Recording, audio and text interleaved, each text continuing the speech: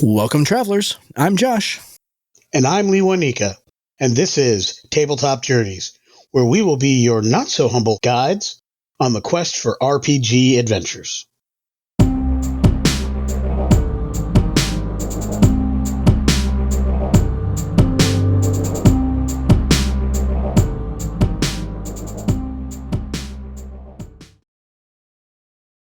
Welcome, everybody, to tonight's episode. Really excited to be bringing this episode to you tonight. This is an episode that has been a really long time in the making in a, not just a temporal sense, but sort of like a metaphysical sense. I'm very excited for tonight's episode.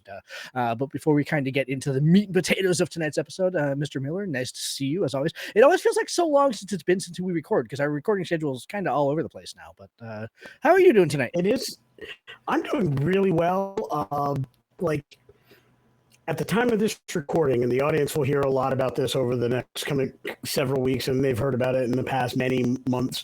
We are nailing down the last little bits of our factions book, and it goes to the printer on Friday, and we are so super excited. And even though it's important that I do my obligatory book and show this amazing cover, I glow about that cover probably more so than anything else. The content is amazing. Yeah. Like every time I talk with people about it, I love it. But that cover just knocks my socks off every time I see it. So really, really excited. We got some really good work done today in between all the other things in real life, day jobs and all that throw at us. I was really excited between last night and tonight, the last couple of things that we nailed out. We going through the proof copy and fixing the little things here and there, and really knocking out some really cool stuff, and just so excited.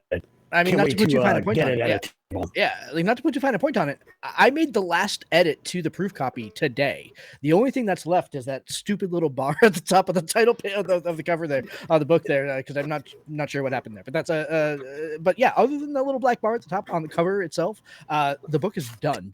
Like at the point that you are listening to this episode, friends, your copy is on its way to the printer and will be coming to you in the next 2 to 3 weeks and off of my shoulders, which is kind of the best feeling in the world for a project that has dominated like 2 years of our lives. So yeah, it's very exciting. In tonight's interview, we're going to be talking with somebody who's, if not already there, getting very close I'm sure himself to that point. So let us waste no more time. Let's bring him on and just celebrate the win that we've had, and help him celebrate the win that he's fixing to have as well. I'm sure. So without any further ado, let's go ahead and introduce tonight's guest. So we have with us tonight Mr. Shawn Merwin, who, if you are at all familiar with the tabletop role-playing game space, that is a name that surely must sound familiar. Although, Shawn, I'm not sure you ever had that feeling where you have a book that's finally done and just about to go out. I mean, if you can't relate to that, I can fill in what it feels like.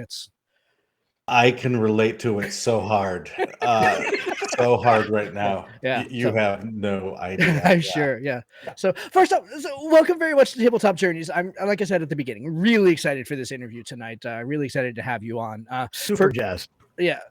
For somehow, if folks don't know who you are, have been living under a rock for the last 20 years or whatever, why don't you give us the short version of your resume here so that everyone can be on the same page? My name's Shawn Merwin. I have been working in the tabletop role-playing game industry as a part-time designer since about 2000, and as a full-time game designer since 2018. I've worked on Wizards of the Coast products. I've worked on organized play for both Wizards of the Coast and other companies. I've worked on games from D&D to Knights Black Agents to the D20 Star Trek game. And now I am a full-time employee for Ghostfire Gaming, where I work on, I've been lead designer, and now my title is managing editor. So that's the shortest version I can come up with. Yeah, fair enough. Yeah, that's fantastic. So many games in there that we know and love. I mean, we're not only fans of Dungeons and Dragons because it's the 800-pound gorilla in the room. We're also huge fans of STA in general, and so very excited to have you on to kind of talk all these things. So. Sure. Yeah. All right, Mr. Miller. I think we're up to initiative, so let's go ahead and dive in here and see who gets to go first. I'm going to bust out my Father's Day D20 here. Do I need to? Terrific and my youngest son purchased this. It didn't arrive until like 3 weeks ago, but it was amazing. All right. Well, then I'll break out my command dice then for STA, since we have an STA writer on here. So okay, excellent. Well, in true to fashion, they are rolling low, so that's a 9 for me. And I have with this heavy dice. If we were playing STA, I would have been awesome. Your 9 wins the day, sir.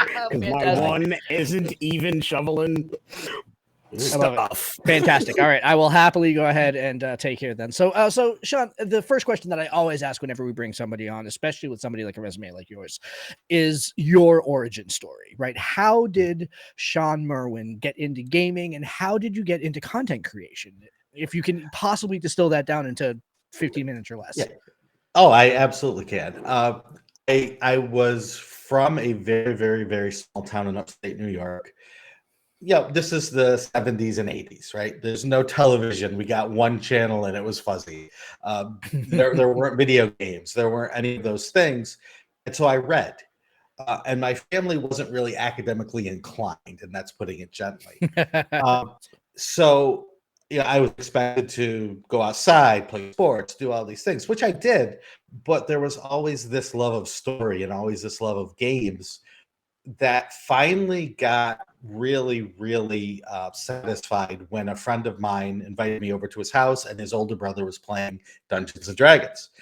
We had no idea what it was, but apparently they didn't have enough players to play.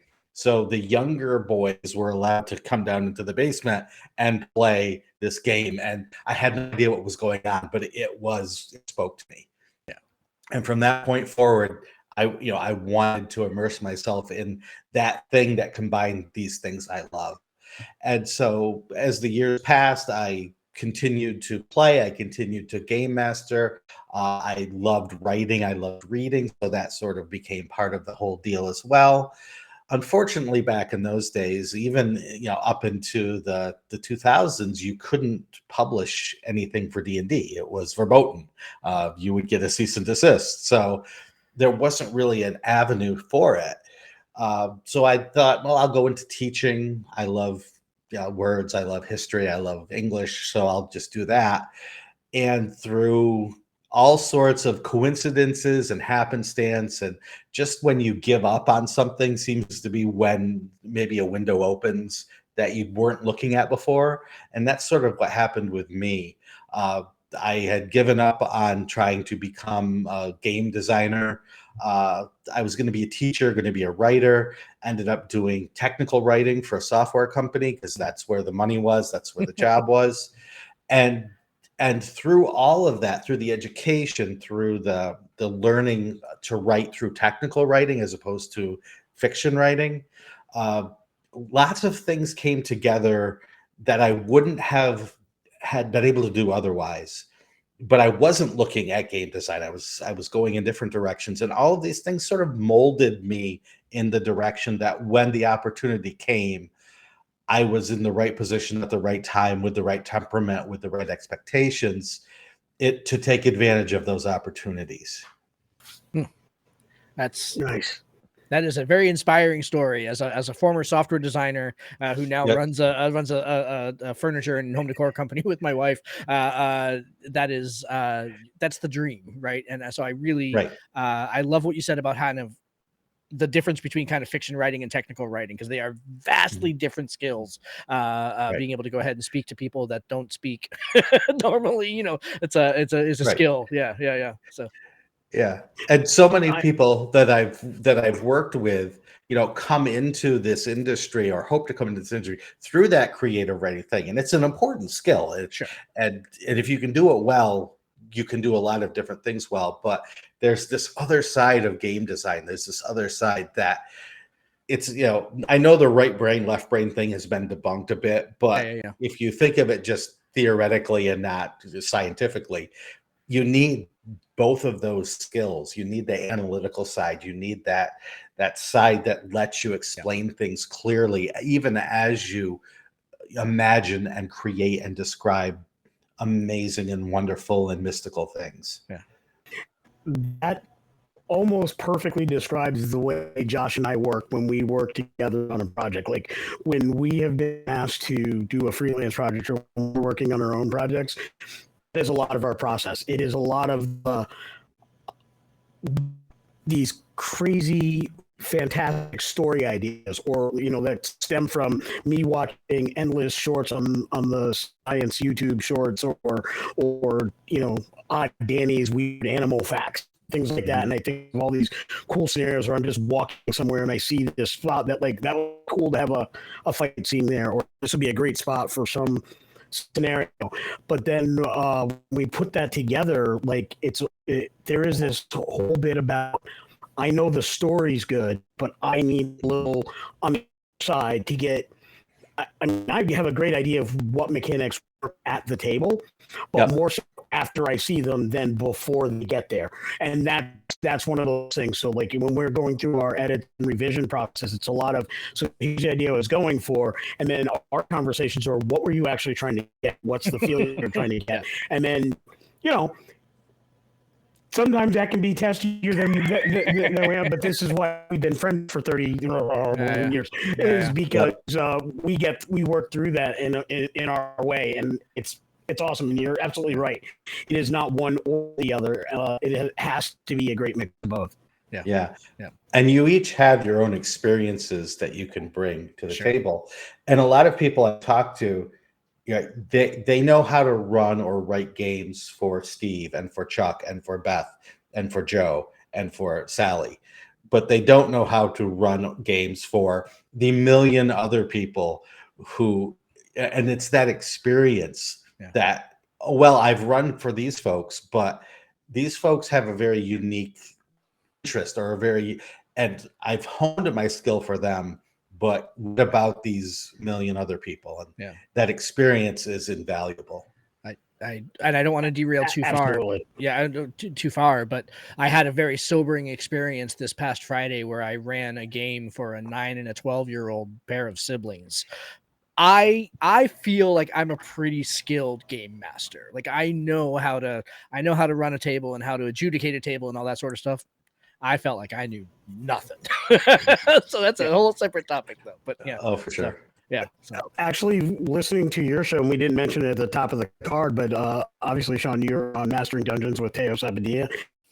Someone I would like to say, tell him we said hi, and at some point in the near future, we're going to try to get him on the show as well. He's next. But I have probably about a year or so ago, you and Teos were talking about experience running games for other people rather than just your home group. And I don't remember the exact episode, and it's probably something you've said many times over so many episodes, but that caused me to really focus on running as many games as many games as possible at as many conventions as I could.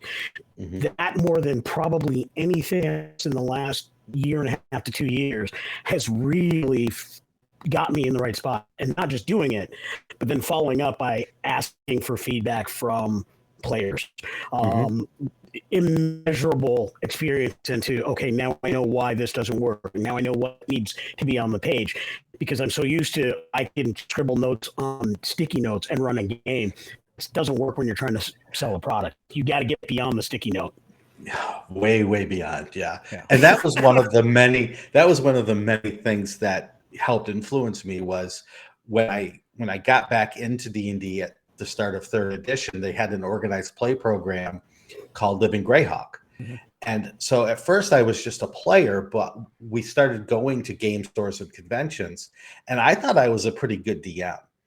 I DM for home groups, different home groups over the years, but always a home group. And I sat down, I think one convention we played with 4 different game masters. We took it easy that weekend, just 4 games. 4 different game masters, all different styles, and all just incredible. All just so talented at what they're good at. And I just couldn't believe how good these game masters were. And I'm like, wait a second. These are just 4 random folks. If they're so much better than I am I really that good?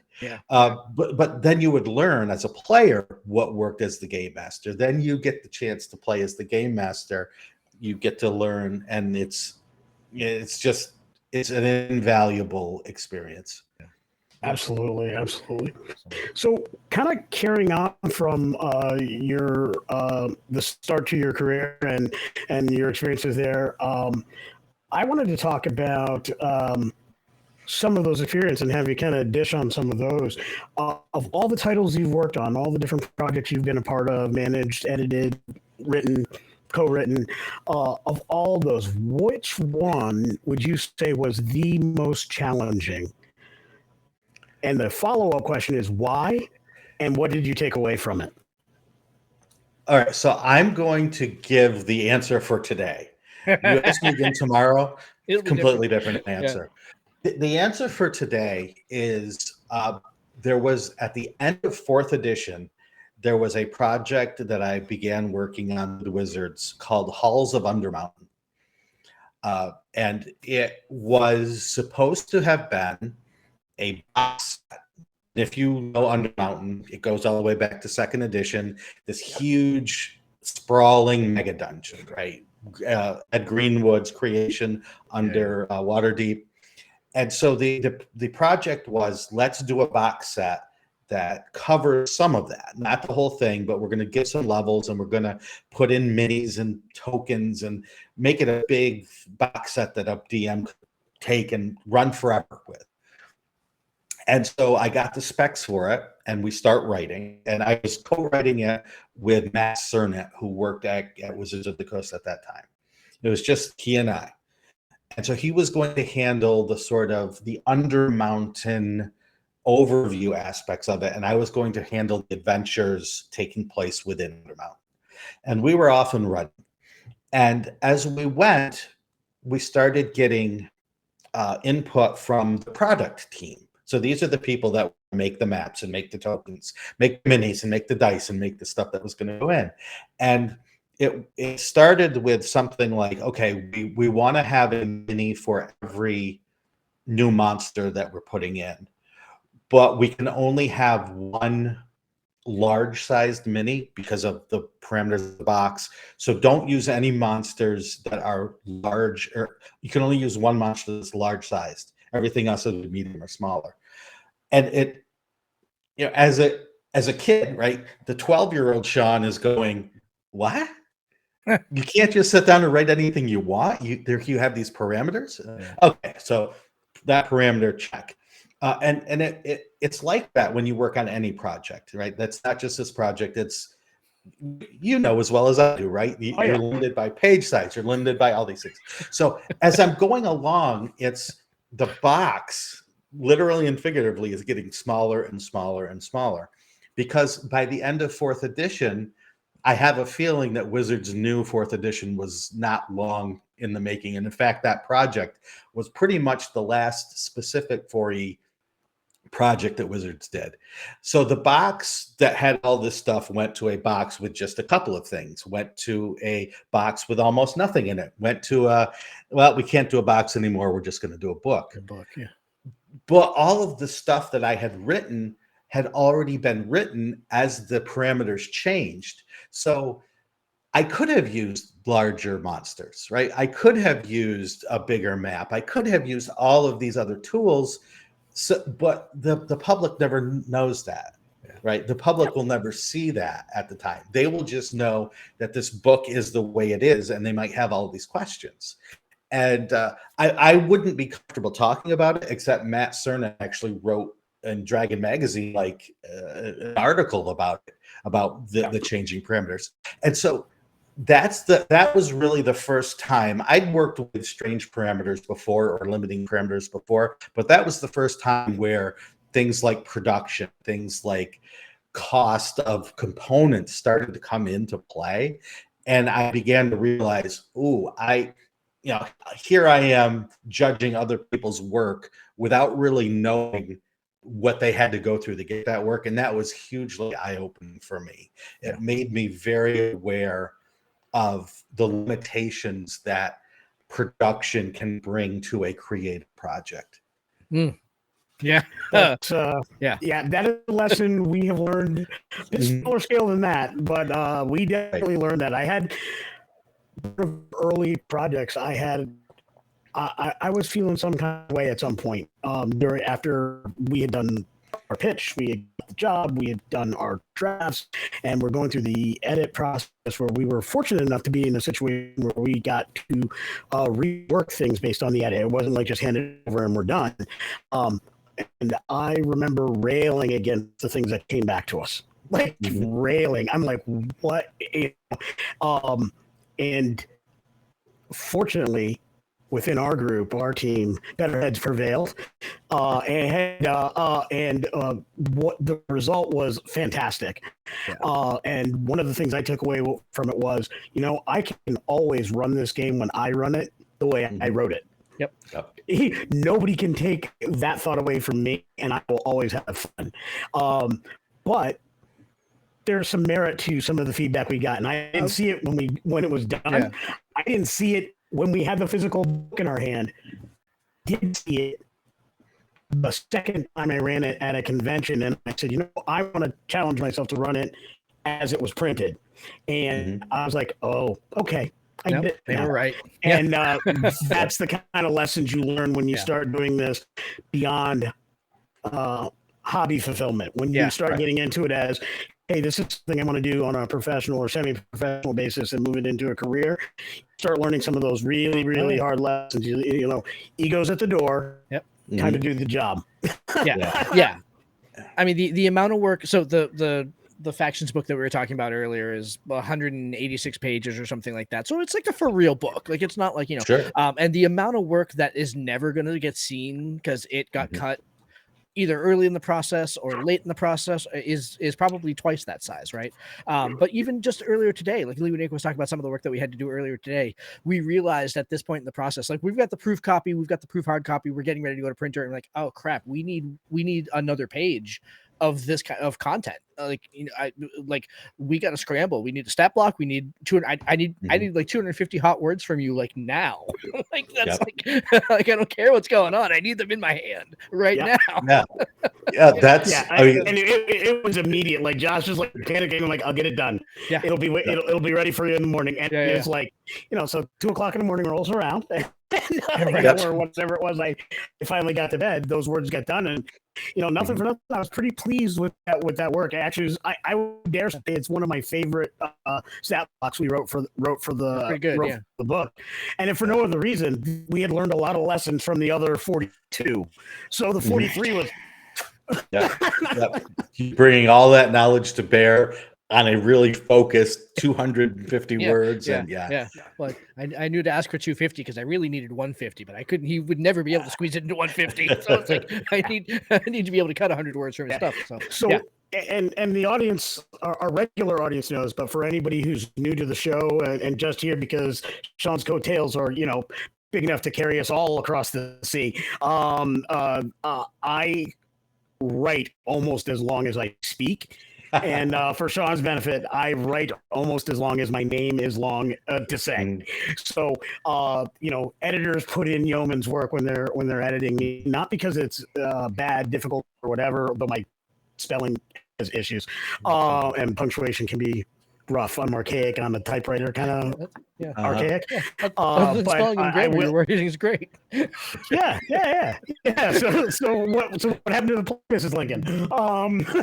But what I can say is that I love to just write and then be asked to say, okay, how much is necessary? Okay, you have these two things that are a little bit extra. Let's not nail that down. What I'm trying to get better at doing, and I think I did today with that piece, was do a lot more of that work on my own.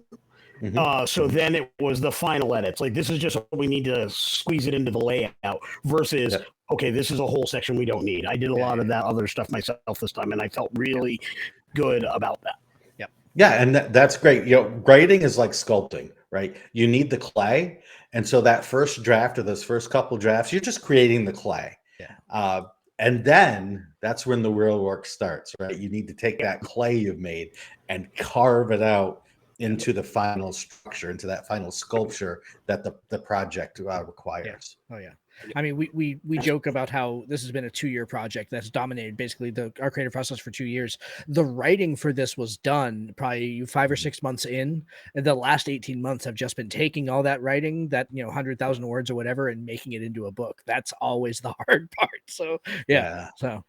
Which is actually at Ghostfire, we have an incredible graphic designer, layout person named Martin Hughes, who is a wizard with getting everything in the right order.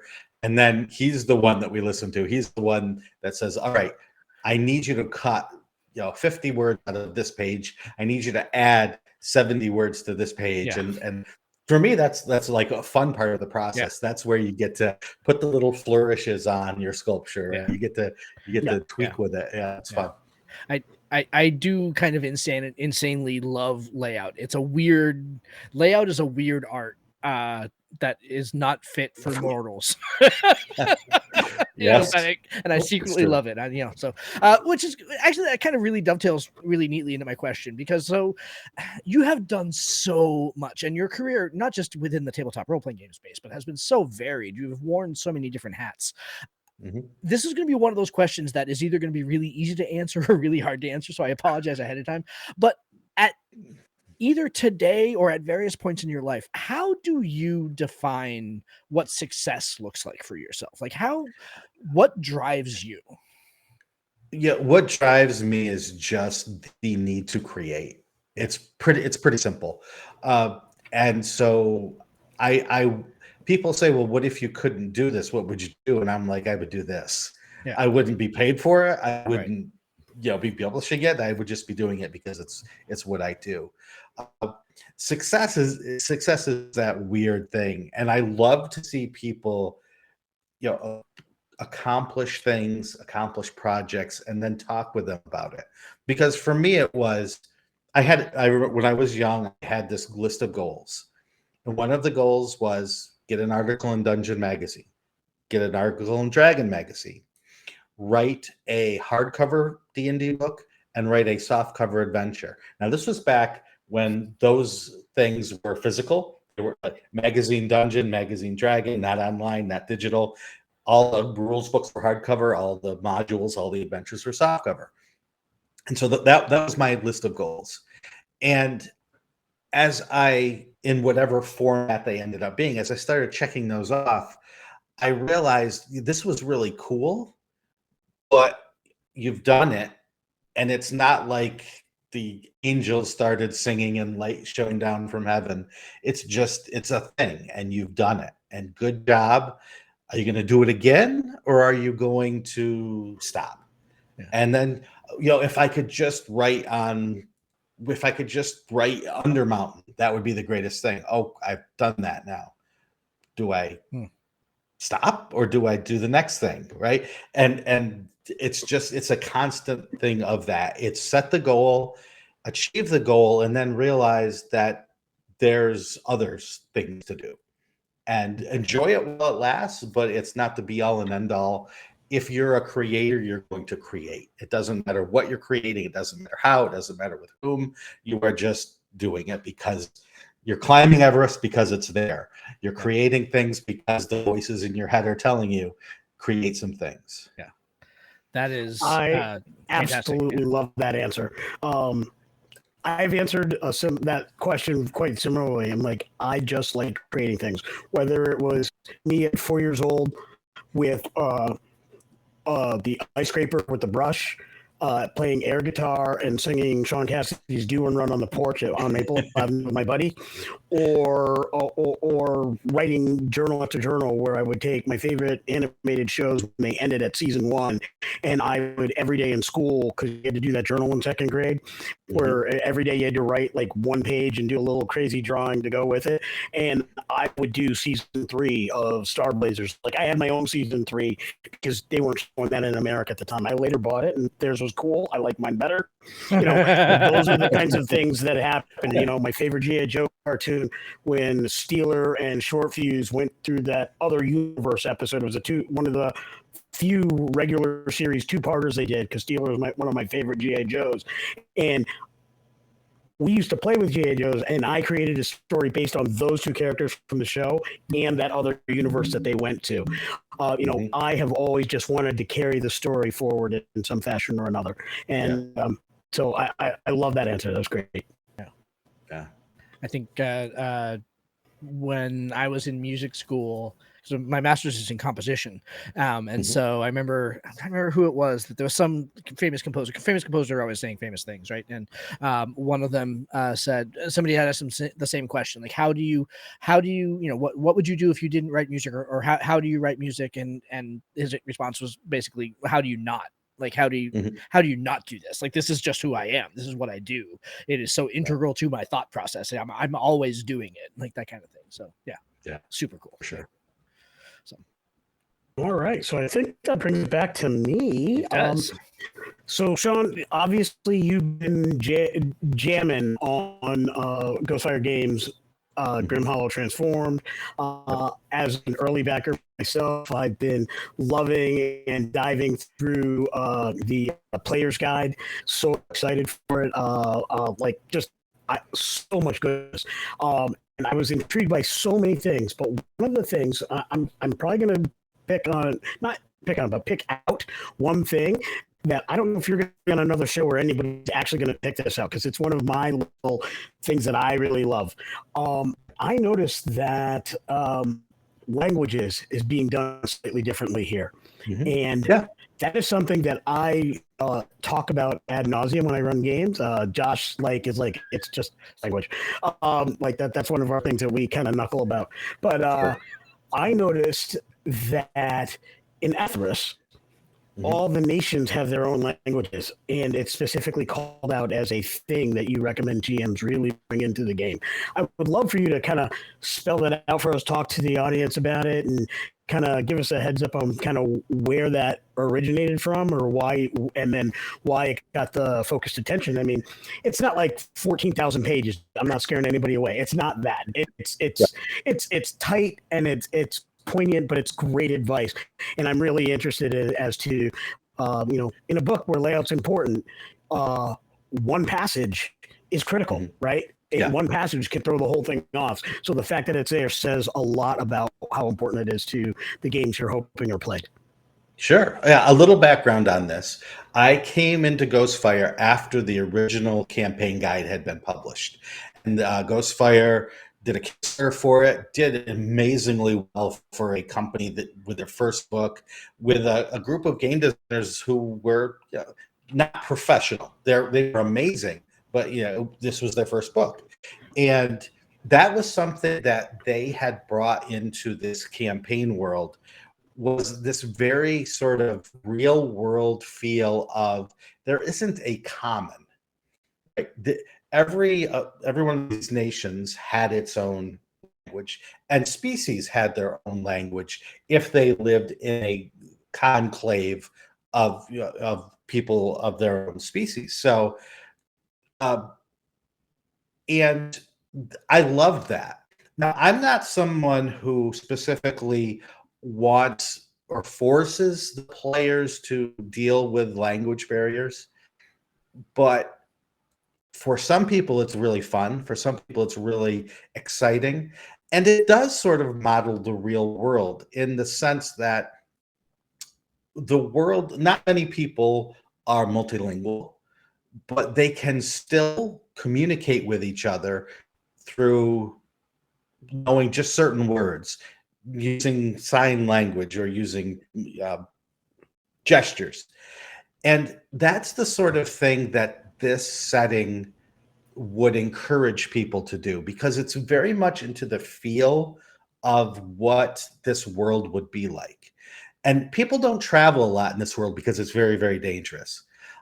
So the people that do travel tend to either bring with them interpreters or know enough of a language that they could get by. And so sailors, traveling guards would just know enough words of certain languages that they would be able to get by. And that's sort of what I hope for with this setting, with the general fan base of it, I think, is role play that sort of thing. I know Lower Burok and you know Valican, but there are enough words that go, but it's like Latin, it's like French and Spanish and Italian and Portuguese. Some of the words are going to be very, very similar. So let's see how we can play this out. Let's see what you want as the player and me as the game master as we do this. Can we find a poignant moment? Can we find a funny moment? Can we find a moment where we surprise ourselves? And that's the sort of thing that I hope that this setting does. And we say in that section, most people who travel know Burok. I think it's Lower Burok that they know, because that's just sort of the language that merchants learn. That's the language that if you're in a mercantile area of a city, you're going to be able to find somebody that speaks that. So in that sense, if you want to just sort of hand wave and say you can all speak with each other enough, that's how you could do it. So, sorry, I want to kind of ask a follow up on that. And this doesn't count as my question, Lewanika, so don't wipe that smile off. I checked it off already. How? Like, you raised your hand and it was checked off. You're good. Yeah. Take your question now. So how do you provide enough guidance to the game master to make that work? Because Lewanika, and I'm going to totally show my whole ass here a little bit with my bias on this, that Lewanika is absolutely right. I view languages as like a nice flavor element, but not something that is structural to my games, because I find having to navigate this person speaks this language and this person speaks a different language, and how do they communicate?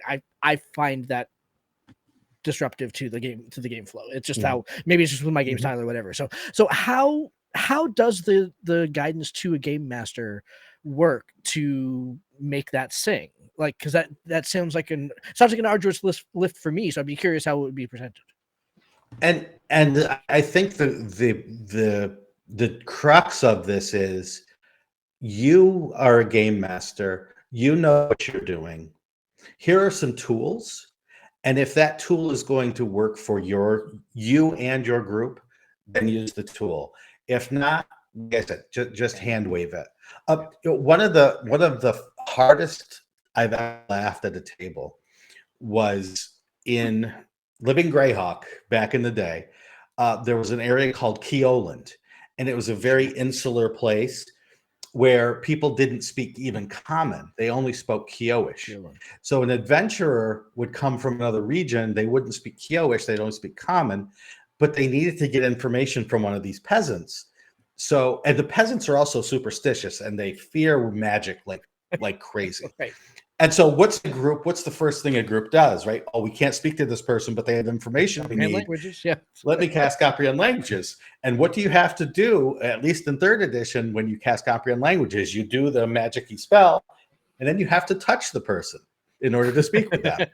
So here's the wizard doing this, and he starts coming after the peasant with his finger out, and the peasant's just like hauling butt across this field to get away from the evil wizard who's obviously trying to cast a spell on him. And right, it's that sort of thing that you can find those moments, but you don't have to turn the entire campaign into just a linguistic exercise. Yeah. I would absolutely concur. And it's funny because in the mid 90s, when Dungeons and Dragons did the skills and powers experiment, I loved that. For whatever reason, I was playing a half drow, and I said, you know what? I don't want the character, like however I wrote the background, he was always caged up. He never got to the surface. There was basically a jailbreak, and that was the whole concept of the campaign. So my character did not speak common, but because of the way they broke up points and things like that, I said, I want to take one of the 2 points in common. So I know some words, just barely enough to get by, but I struggle with the language. So we were playing it, and what really sold me on language as being such a cool thing was we got to this one scene where my character's friend that he was in the campaign with, basically his translator was unconscious. My character doesn't have healing magic. he knew who the healers were, but they weren't present when that happened. So my character grabs the other person, grabs them, and he's trying to explain that he needs help. And so I chose that moment to butcher the language I actually told the player, because we put it in a store, and when the party separated, they actually took the other players to a different part of the store, so nobody knew what was going on at one table or another because the party was separated. And they're like, what's going on? And so my character needs to say, help me, please. And so all I kept saying was, ham, eggs, cheese! Ham, eggs, cheese! And they're like, what in the world? Because here I am, Lewanika, 5'3", screaming, melting out in the middle of the store, ham, eggs, cheese! And I'm pointing at the ground, and like, and they had no idea what was going on. It was one of the most magical gaming moments I can think of that doesn't exist in a game that doesn't really have language because everybody speaks common. Yeah. Your mileage may vary. I get that. For sure. Like I said, I know my biases. That's a great response. Yeah. So, that is a fantastic response, because there are also those I would never do that with. Yeah. The 2 9-year-olds talk about, nope, everything.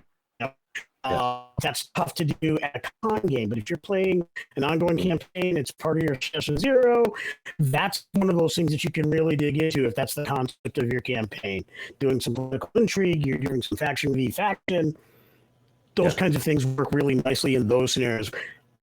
If you're just trying to, belt out Willow or whatever, not so much. Yeah, I know. So, all right. So I'm going to actually claim my for real question here, Shawn. I was channeling Lewanika and asking a second question. Yep. Yeah, exactly. Right. Yeah. So very good rendition, by the way. Exactly. Right. Yeah. Yes. So obviously the podcast work that you're doing with Mastering Dungeons and the Eldritch Lorecast, I guess I wanted to know sort of, you've been in the industry for so long and you've been working with content for so long. How has the work that you've been doing on those shows with guests and talking about other projects, how has that started to inform your design process or your writing process? Or do you really feel like the podcast is really a place where you can kind of talk about the experiences that you've had? Does it go one way or the other, or does it go both ways? If you can kind of figure out the question that I'm trying to ask in there. Yeah. I totally do it. It goes in all directions. Yeah. It goes back to that experience part I talked about, where the last thing you expect is technical writing knowledge to inform your game design. It's similar this way. When I started really getting into a lot of work, I would work my normal job from like 6 to 4, and then from 4 to whenever this break for lunch or dinner and family time, then it was get to work. And what I realized was I had my head down looking at my desk, and I wasn't looking at what was going on around me, not just in the world, but in the world of role-playing games. And so when podcasts became more popular, I started listening to some, but I can't listen and write at the same time. It's hard. So I would take a break and I would listen to a half hour of a podcast, and they would talk about something, they would talk about the game Fate, and it sounded so interesting. And so I would start to do a little bit of research, and then I would learn a lesson. And I learn a lesson, but I don't really learn it until I talk about it.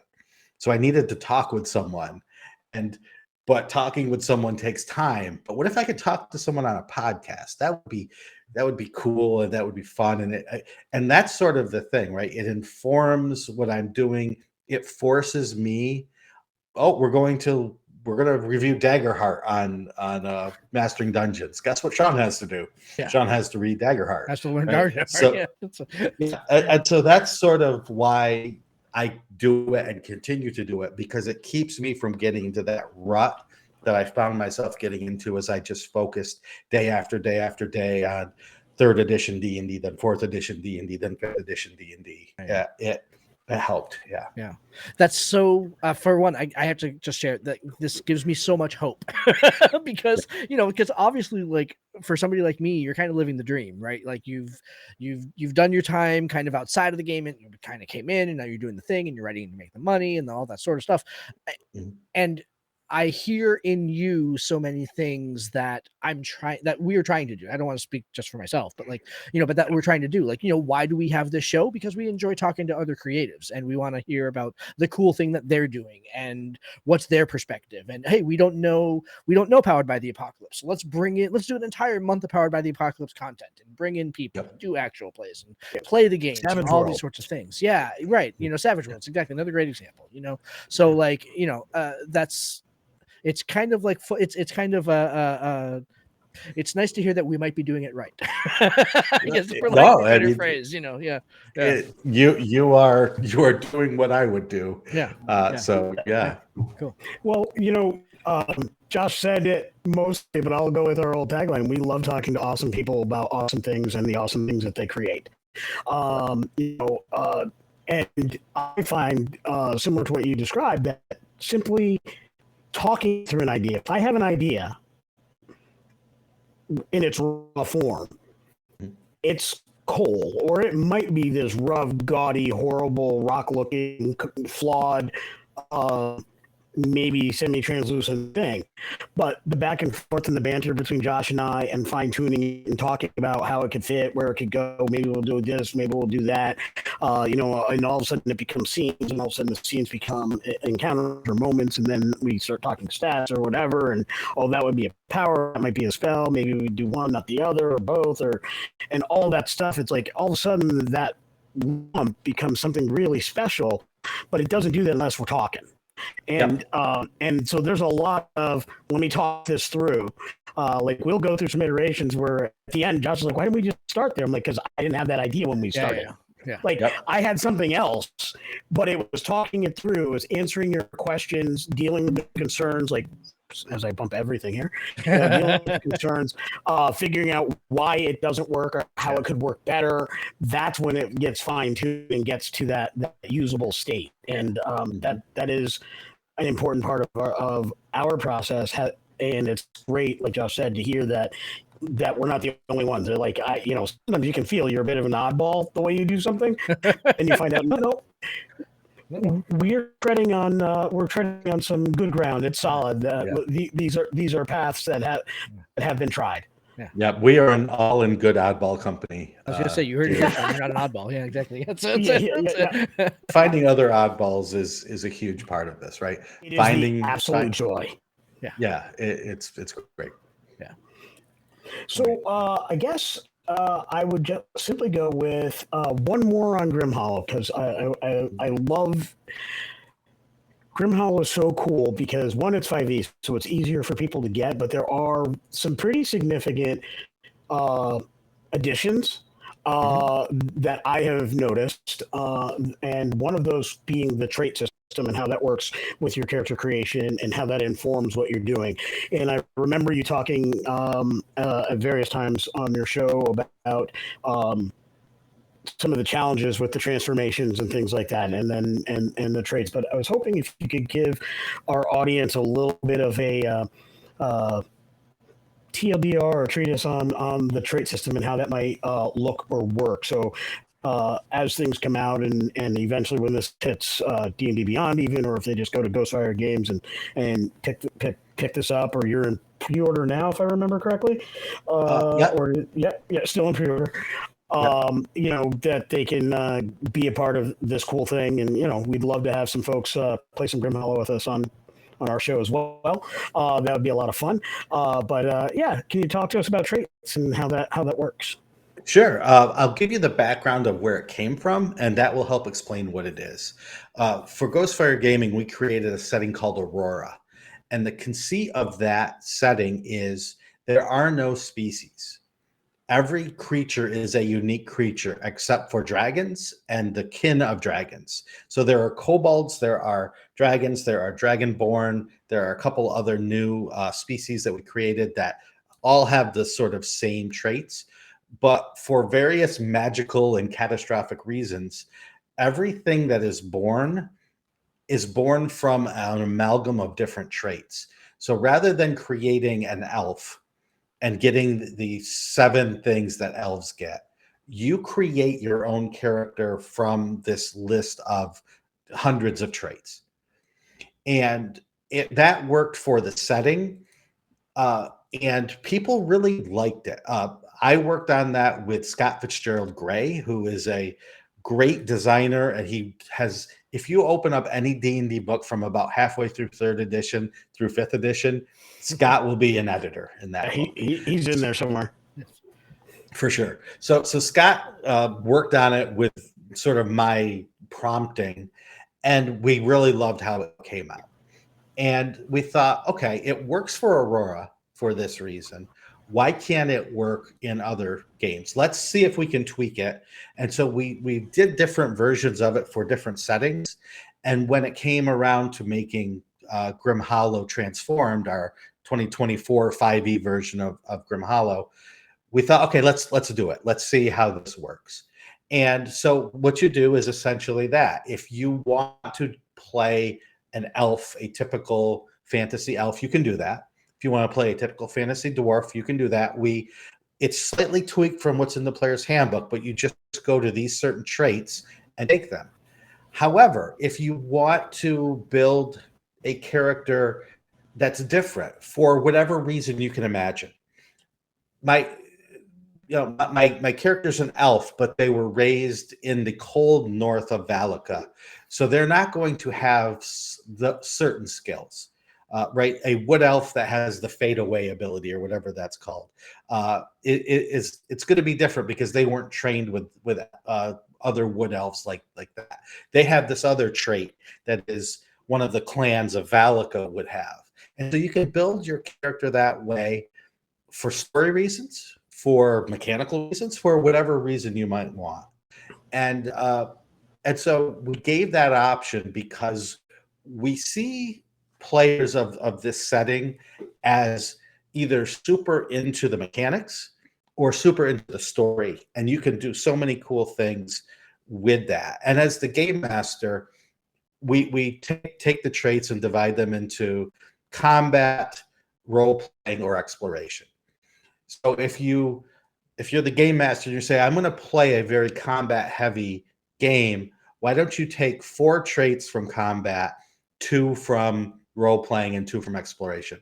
Wait, I want to make a really role playing heavy game.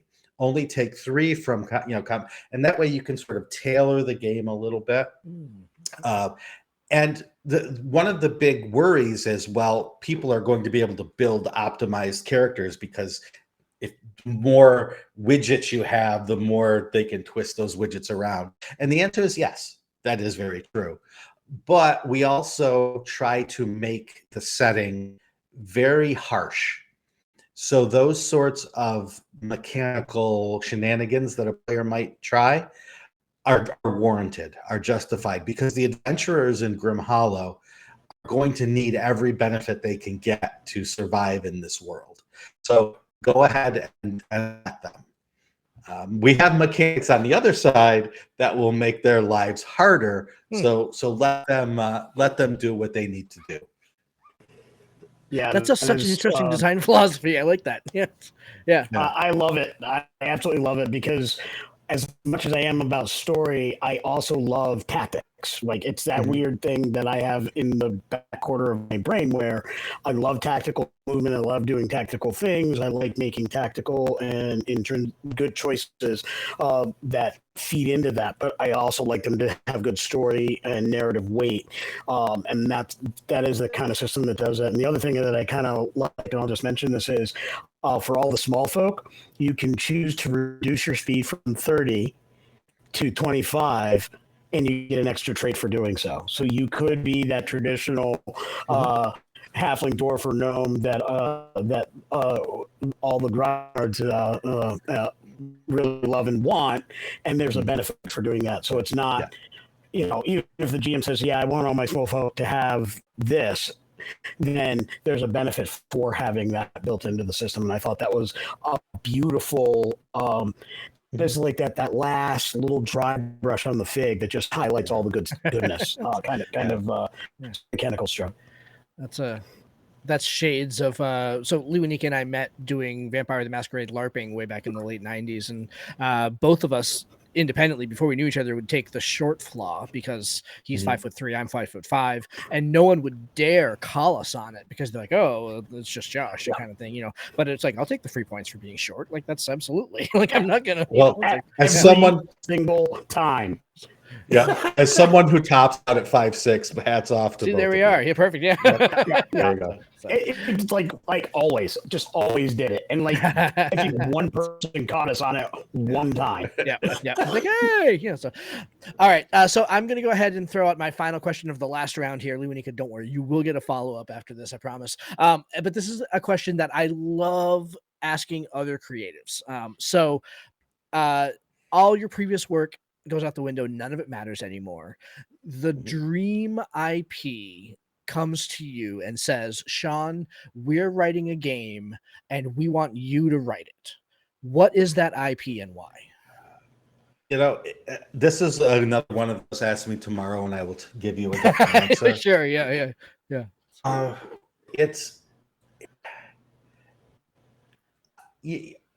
This is the one that popped into my head. I've thought about this before, but this goes way back, and younger folks are going to go, "What the heck are you talking about?" I don't think any of those listen to our show. It's good. It's the Hardy Boys, the Hardy Boys and Nancy Drew. So when I said Shawn Cassidy, you were feeling that. Yeah. Maybe that's what triggered that. But that's a great answer. Yeah. That is amazing. I love that sort of detective, but also their lives like not noir, right? Yeah. Right. And I would love to delve a little bit into that. And again, if you ask me that tomorrow, I'll be like, did I say Hardy Boys? What I did yet? We have you on tape. Blank, now, so, right? It's Scooby-Doo, right? No, it's Scooby-Doo. It's right the same thing, only it's a little sillier. Stoned out dog. Yeah. Right. Exactly. Yeah. So but that's a great answer. Give me anything. That is beautiful. And I want to find the nugget that's at the center of it, and I want to expand out from there and let people tell stories with that. That's what I love to do. That's brilliant. Because it's like you said, Hardy Boys. I thought Encyclopedia Brown. Those are the books that I grew up on. Oh man. Yeah. Obviously, Hardy Boys was like I had all of them, all of them. A couple moves had a couple hundred extra pounds just due to Hardy Boys stories in them. And my oldest friend who lived next door to me when I was talking about Maple Avenue, he was the one that, and we would talk about it. We went out for pizza the other 3-4 weeks ago, and we were talking about the Hardy Boys at that pizza because so formative in our youth. Just a great answer. And I can so see a Power by the Apocalypse filled with that. For sure. Yeah. Oh my God, that would be I'm just I'm already setting up the moves in my head and exactly. Yeah. Let's make some moves. Let's break it out. Do this thing. Yeah. Yep. That's PBTA would be a great system for that. Actually. Yeah.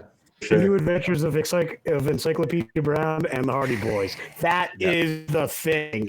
Oh my God, so good.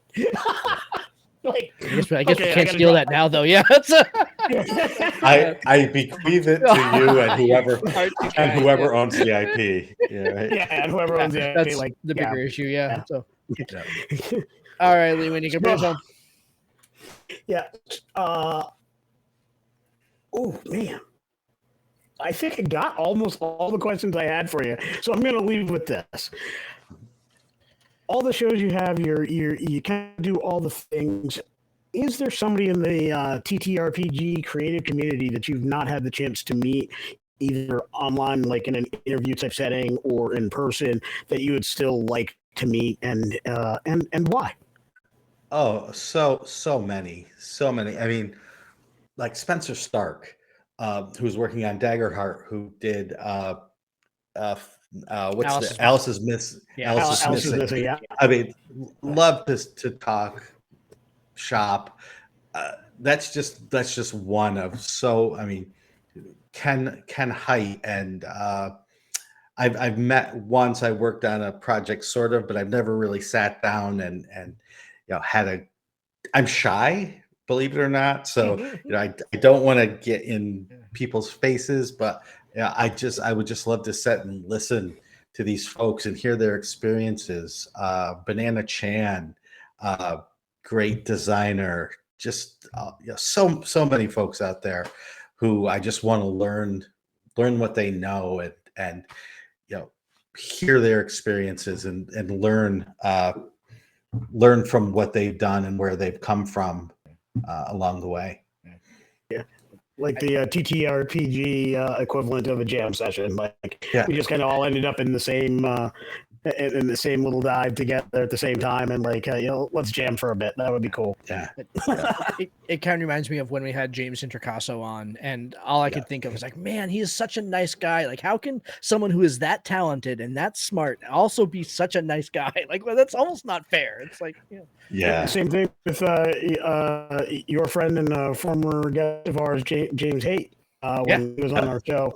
I was just like, wow, just such a high quality human being, and just a high quality human being. And I would say the same about you. I mean, we've chatted on Facebook, and I'm from Italy, you're from Fredonia, so we kind of have we know the same kind of folks and have been in the same kind of places. So I've been through Fredonia at least once or twice in my life. So they're just. I love that about our hobby, that there are just some really high quality people that just enjoy sharing their experience through game so that it can be everybody's experience. And I just think that's a beautiful thing, and I can't get enough of. Yeah, so many folks, I think, in our industry have that empathy that comes with role-playing, right? That comes with having put yourself in other people's shoes, either as a character or as a designer, you're putting yourself in the player's shoes and the game master shoes. And it teaches you a bit of humility, a bit of, a way, even if you're an awkward person, you sort of learn to act and interact in ways that you might not otherwise. So all of those folks are absolutely wonderful. Yeah. So, Shawn, thank you very much, first of all, for joining us tonight. This was an absolute pleasure. Where can folks that listen to our show find you, and how can they interact with you? Oh, let's see. You can follow me by going to look up Mastering Dungeons. I do that show with Teos Abadia. Go with the Eldritch Lorecast. I do that show with Ben Byrne, Dale Kingsmill, and James Hake. You can follow me on social media. It's just at Shawn, SHAWN, Merwin, MERWIN. And just reach out, say hi. That's basically it. Or just shout out your window really loud. I might hear you. I might hear you. Yeah. Yeah. My old ear, I won't hear if you shout. You got to wave a flag and say hi. But, Shawn, thank you so very much. By all means, please say hello to James again for us when you see him next. At some point, we got to get him back, and just put everybody else on notice. At some point we're going to come around and get Ben and Dale and Taylor on the show where we're make the rounds. We'll have you all here at some point, and then we'll have the royal flush, as it were. Sounds good. And thank you so much for having me. It was a pleasure, and good luck with the show. Good luck with the book. Can't wait to see the final version. Yeah, absolutely. Yeah. Thank you very much, Shawn. I appreciate that. Yeah. All right. Thank you very much, everybody, for listening. So next week we are back with our next class warfare. We've got this is Rogues. That's right. We did Rogues with Sergio from the D&D Lorecast running the scenario. I don't know why I couldn't remember his name there for a second, but we have Rogues coming up here, so that will be next week on the show. And of course, Preservations, our Star Trek actual play. We're firmly into episode 6 of season 3 at this point. Is that so? Actually, the end of episode 6 dropped tonight. Oh, today. Okay, yeah. Yep. And we are following that with 4 quick tracks. So our crew has finished their last mission tonight, and our next couple of weeks are the individual missions from our crew as they take care of some personal things, take care of some secret initiatives that they've been handling as we dig into season 3. I guess that means that I need to get episode 7 scheduled so we can get that recorded, huh? You're safe. Yeah, Two of those quick treks went like 2 hours long versus the 1 hour. So I bought you some time. I gave you an extra week in there somewhere. I appreciate that. Thank you. My calendar thanks you. So anyway, thank you very much, everybody, for listening. Thank you once again, Shawn Merwin, for popping on the show. Pleasure to have you on here. And we will be listening to Mastering Dungeons. We're huge fans over here. So thank you very much for taking the time. Awesome. All right, everybody. Thank you. Have a good night, everybody. Thank you much for listening. And we'll see you